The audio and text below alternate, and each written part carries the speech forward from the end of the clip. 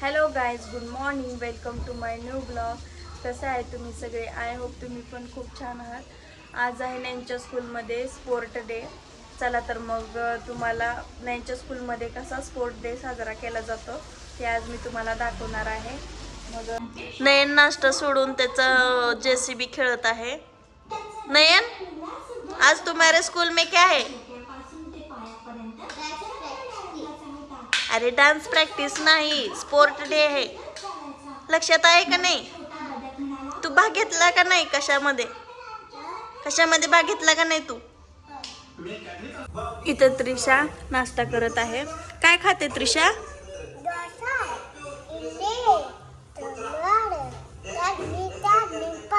चला तर मग मित्रांनो, आज नयनला 3 वाजता सोडायचं. मित्रांनो, नयन आता स्कूलला चाललेला आहे. आता मी नयनच्या स्कूलमध्ये पोहोचलेलो आहे. मस्तपैकी रांगोळी काढलेली आहे, डेकोरेशन पण मस्त काढलेले आहे. ते कालच डेकोरेशन झालेलं होतं. मग आता आम्ही येऊन बसलेलो आहे सीटवरती. यानंतर कार्यक्रम सुरू होणार होता 4 वाजता. मग सगळेजण येऊन बसलेले आहे, पॅरेंट्स, ग्रँड पॅरेंट्स, सगळे नातेवाईक. इथं कार्यक्रम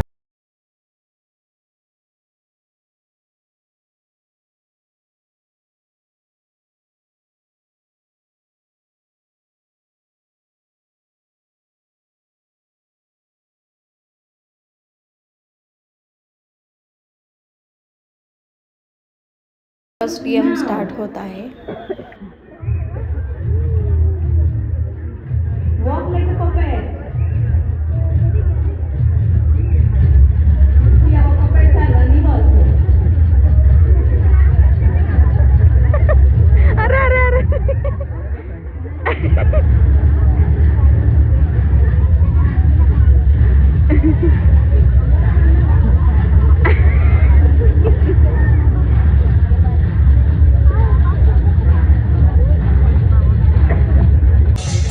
यानंतर नर्सरीच्या मुलांची ॲक्टिव्हिटी इथे दाखवण्यात आलेली आहे. खूप छान मस्त असे ॲक्टिव्हिटी करत आहे.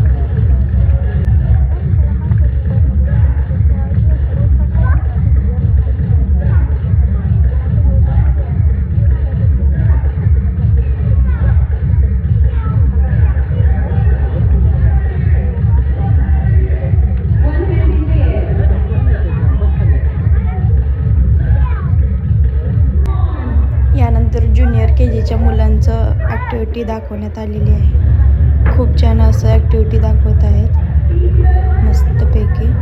मग यानंतर सूर्यनमस्कार होता.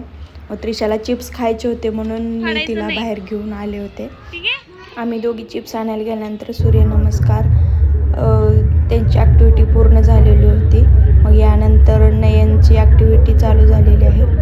मस्तपैकी असं काहीतरी ठेवलेलं असं लावत आहे, म्हणजे फ्रूट्स वगैरे लावायचं असेल.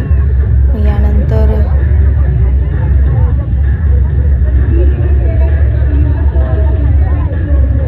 हे नयनचा 3रा गेम आहे.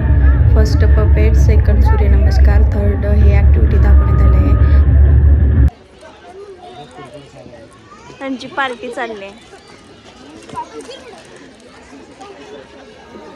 त्या गेम बघता बघता त्रिशाला पण मला बघायचं होतं, त्यामुळं मी पाठीमागच थांबलेली आहे. मग नयनची डॅडी इकडे गेमवरती फोकस करत आहे. यानंतर मी आणि त्रिशा घराकडे निघालेलो आहे. मग राहिलेला कार्यक्रम नयनचे डॅडीच अटेंड करत होते. मग हा आहे शेवटचा लास्ट गेम. म्हणजे सगळ्या मुलांचं झाल्यानंतर मग पॅरेंट्स, ग्रँड पॅरेंट्स आणि बक्षीस वितरण हेच होतं. मग यानंतर नयनचे डॅडी आणि नयन घरी आलेले आहेत. चला तर मग गाईज, नयनच्या स्कूलमध्ये स्पोर्ट डे अगदी छान पद्धतीने सेलिब्रेट झालेला आहे. ते तुम्ही व्हिडिओ बघितलाच असेल. नयनंतरीसाठी मी फ्रेंच फ्राईज बनवायला चाललेले आहे. रेसिपी कशी आहे ते तुम्ही कमेंट बॉक्समध्ये सांगा. अगदी सोप्या पद्धतीने मी फ्रेंच फ्राईज बनवणार आहे. तुम्ही घरी पण ट्राय करू शकता. तर मग गाईज, आता मी फ्रेंच फ्राईज बनवायला घेतलेले आहे. मग त्यासाठी लागणार आहे साहित्य. 1 वाटी घेतलेला आहे मैदा किंवा तुम्ही कॉर्नफ्लोअर वापरला तरी पण चालेल. आणि हळद घेतलेली आहे. हे आहे मीठ आणि 3 बटाटो. मग बटाटे तुम्हाला 4 किंवा 5 किंवा तुम्हाला हवे तेवढं, तुम्हाला फ्रेंच फ्राईज पाहिजे तेवढं तुम्ही बनवू शकता. चला तर मग रेसिपी बनवायला स्टार्ट करूया. आता मी सगळे बटाटे धुवून घेणार आहे स्वच्छ पाण्याने. आता मी सगळे पोटॅटो धुवून घेतलेले आहे पाण्याने. आता याची साल काढून घेऊया. Wow wow wow wow wow wow wow wow मी लास्टवाला मला.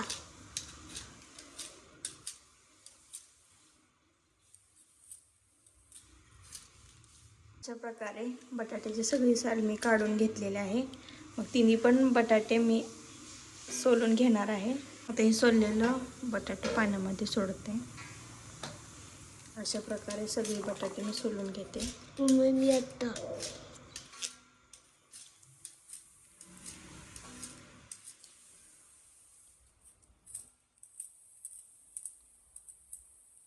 हा पण बटाटा पाण्यामध्ये सोडणार आहे.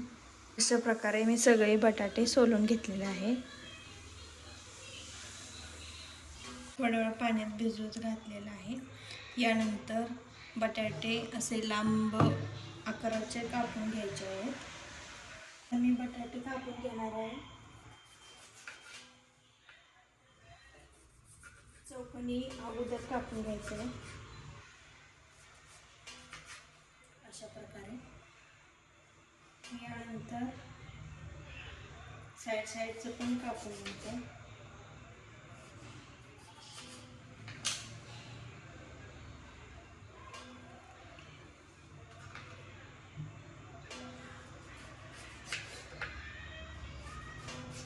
असे बारीक बारीक कापून घ्यायचे.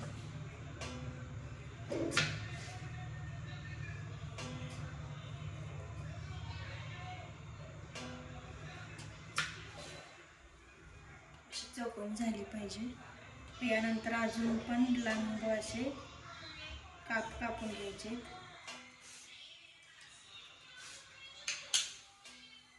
अशी झाली पाहिजे.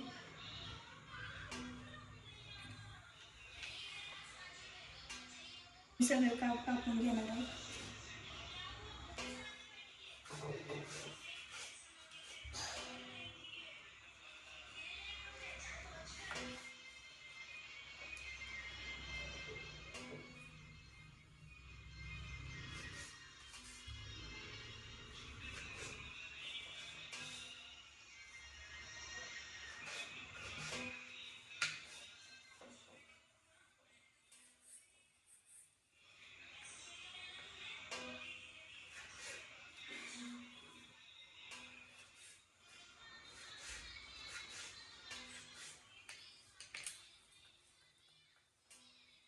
अशा प्रकारे तिन्ही पण बटाटे तुम्ही कापून घेऊ शकता.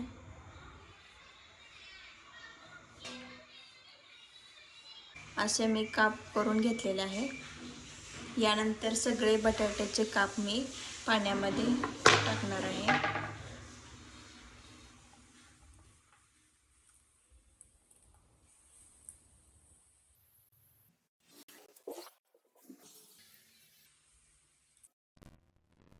गरम करण्यासाठी मी कढई गॅसवरती ठेवलेले आहे. पाण्याला उकळी येऊ द्यायची आहे.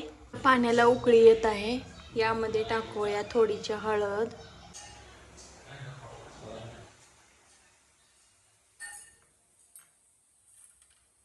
थोडंसं मीठ,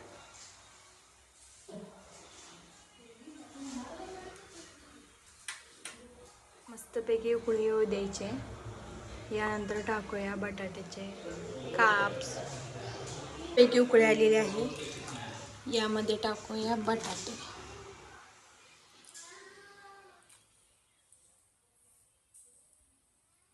बटाटे सगळे अर्धे कच्चे शिजवून घ्यायचे आहेत. मस्तपैकी मिक्स करून घ्यायचं आहे. सगळे बटाटे शिजत आलेले आहेत ते तुम्ही बघू शकता.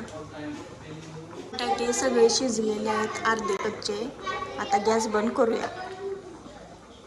सगळे पोटॅटोज काढून घेऊया.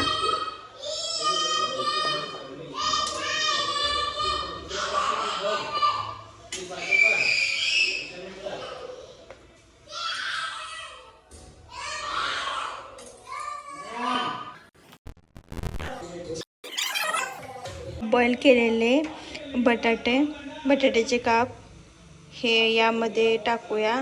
थोडंसं मैदा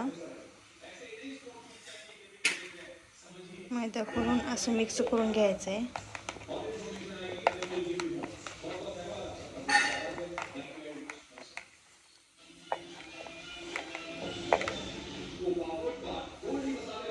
अशा प्रकारे मिक्स करून घ्यायचं आहे.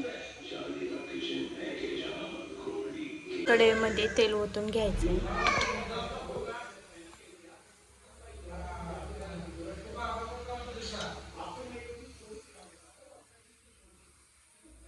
गरम होत आलेलं आहे. यामध्ये थोडंसं टाकून बघूया गरम झाले का नाही बघते. गॅस हा मध्यमच ठेवायचा आहे, मीडियम फ्लेममध्ये, जेणेकरून करपले जाणार नाही बटाट्याचे काप.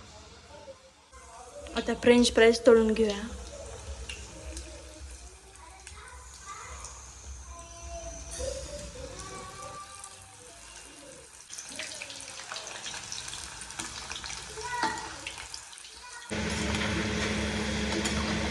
मस्तपैकी क्रिस्पी होईपर्यंत भाजायचं आहे.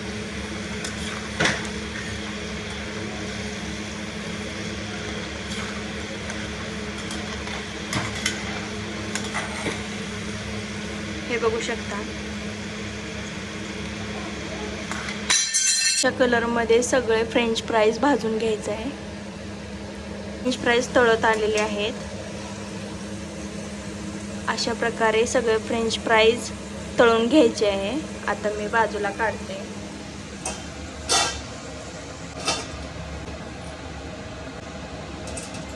अशा प्रकारे सगळे फ्रेंच फ्राईज मी तळून घेतलेले आहे. मस्तपैकी असे क्रिस्पी झालेले आहेत.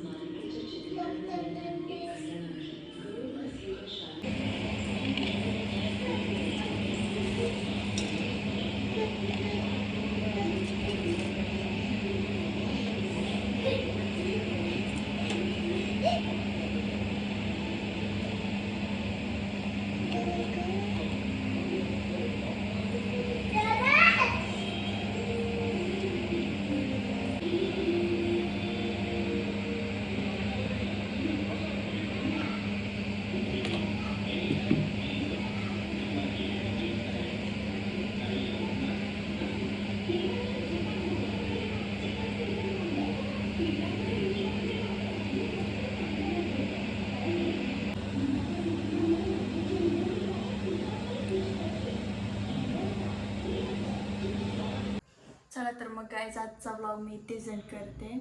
आणि आजच्या रेसिपीसाठी नक्की like, share and comment. Keep watching. Bye.